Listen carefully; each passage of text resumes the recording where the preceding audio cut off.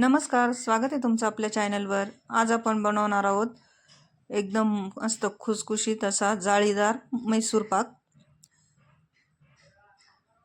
भरपूर अशी जाळी पडलेला मैसूर पाक घरच्या घरी कसा बनवायचा ते आज आपण बघणार आहोत।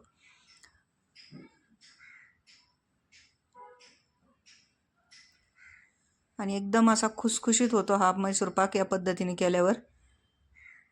एकदम सहजासहजी तुटल्या जातोय, चुरा होतोय त्याचा।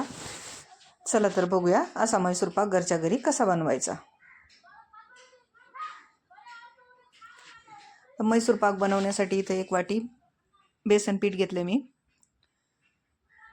आणि त्याचे एका चाळणीवर घेऊ। ज्या वाटीने बेसन पीठ घेतले त्याच वाटीने आपल्याला सगळं साहित्य घ्यायचं आहे। आता हे बेसन पीठ आपण चाळून घेऊ। व्यवस्थित सगळं बेसन पीठ चाळून घ्यायचं। आता इथे बेसन पीठ चाळून झालंय आपलं।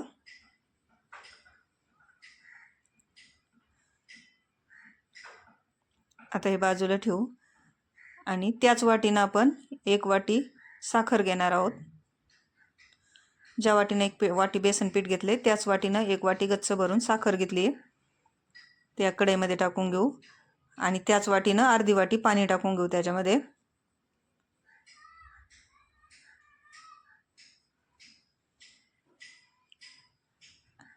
इथे आता त्याच वाटीने 1 वाटी तूप घेतलंय, वितळून घेतलेलं तूप 1 वाटी घेतले। आता कढई गॅसवर ठेवू आणि याचा पाक करून घेऊ एकतारी। आता या साखरेचा आपल्याला एकतारी पाक करून घ्यायचा आहे।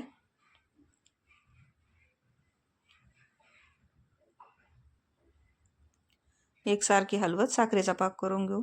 असा एखादा टीन असेल तुमच्याकडे तर तो घ्या मैसूर पाक ओतण्यासाठी, किंवा कुकरचा डबा घेतला तरी चालेल।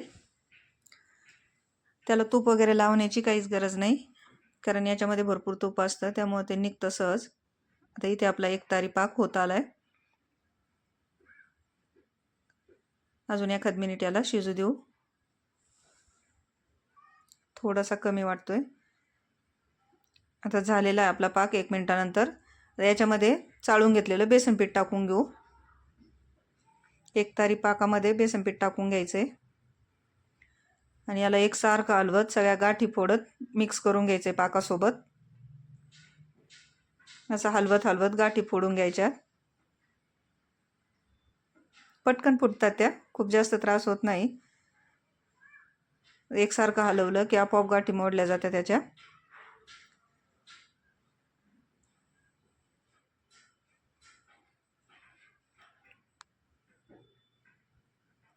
बघू शकता इथे आता आपल्या बऱ्यापैकी गाठी याच्या फुटल्यात।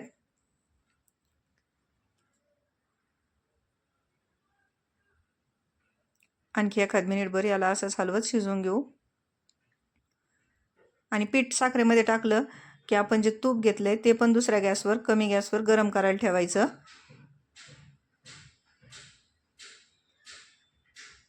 बेसन पीठ पाकामध्ये टाकलं की इकडे तूप गरम करायला ठेवायचं, म्हणजे ते व्यवस्थित गरम होतं। याला एकसारखं हलवत राहायचे।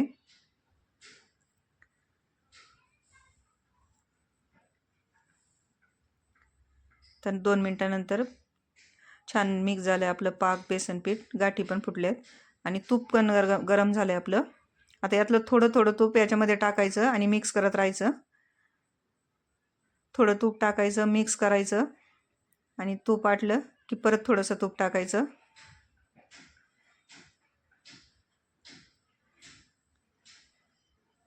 माझं विकतचं बेसन पीठ आहे त्यामुळे याला कलर मस्त आलाय।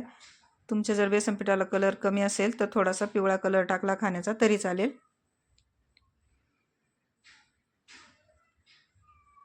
बघू शकता अशा पद्धतीने थोडं थोडं तूप घालत जायचं याच्यामध्ये। आणि एवढं सगळं तूप आपल्याला याच्यामध्ये थोडं थोडं करून घालायचं आहे।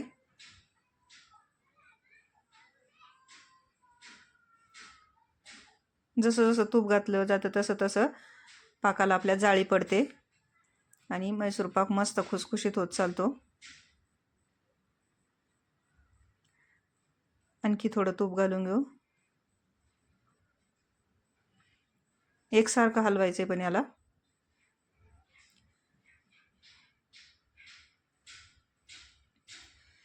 आणखी थोडं तूप घातलं. मस्त कलर आलाय. खूप सोपा आहे हा मैसूर पाक घरच्या घरी बनवायला. आणखी थोडंसं तूप याच्यामध्ये ॲड केलंय. बघू शकता आता जाळी पडायला लागली आपल्या मिश्रणाला. कडेचं पण सगळं हलवून घ्यायचं, नाहीतर तिथेच लाल होतं ते. बेसन साखर बेसन असल्यामुळे ते चटका घेतं पटकन. मस्त जाळी पडायला लागलेली आहे.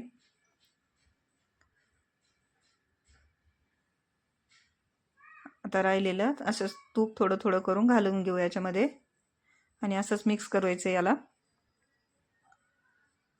एकसारखं हलवत तूप घालत राहायचंय. हलकं हलकं होत चाललंय आपलं बॅटर आहे. जशी जशी जाळी पडते तसं हलकं हलकं वाटत चाललंय.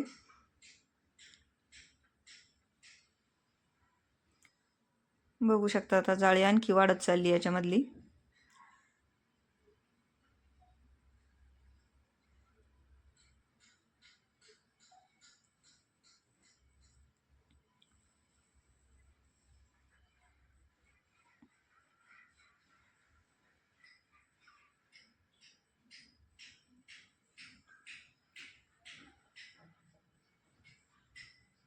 आता राहिलेलं तूप घालून घेऊ याच्यामध्ये आपण सगळं.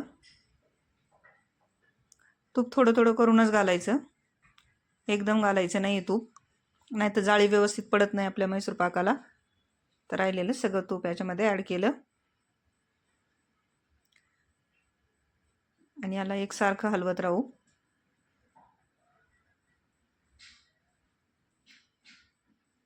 बघू शकता आणखी जास्त जाळी दिसते आता आणि मिश्रण एकदम हलकं वाटतंय. खालून थोडासा चॉकलेटी कलर पण यायला लागलाय. असं येऊ द्यायचं आहे आपल्याला थोडासा.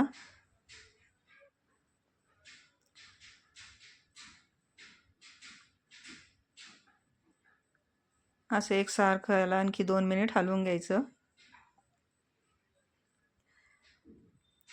आता इथे तयार झालंय आपलं हे मिश्रण.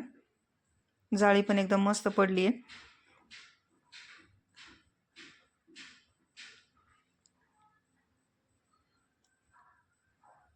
कलर पण एकदम छान आलेला आहे. आता हे मिश्रण आपल्याला पटकन एका टीनमध्ये ओतून घ्यायचं किंवा कुकरच्या डब्यामध्ये किंवा प्लेट ताटामध्ये कशामध्ये तुम्ही ओतून घ्या.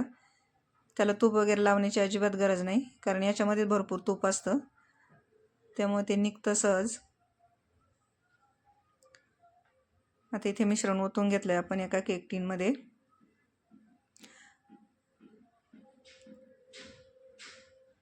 याला वरतून असं प्लेन वगैरे अजिबात करायचं नाही, असंच खरबडीत ठेवायचं. असाच असतं मैसूर पाक एका बाजूने आणि खालची बाजू आपोआप मऊ होते. आता याला थोडंसं थंड होऊ देऊ. पूर्ण थंड झालेलं नाही आपलं मिश्रण, अर्धवट थंड झाले, तेव्हा अशा याला वड्याचा आकार देऊन घेऊ. नाही तर पूर्ण थंड झाल्यावर ते व्यवस्थित कट होत नाही. तुम्हाला जे आकाराचे पाहिजे त्या आकाराच्या वड्यांना असा आकार देऊन ठेवा फक्त वरचीवर. आणि तुम्हाला जाणवत असेल अजून मिश्रण गरमच आहे, याला आणखी अर्धा तास ते 40 मिनिट थंड होऊ देऊ.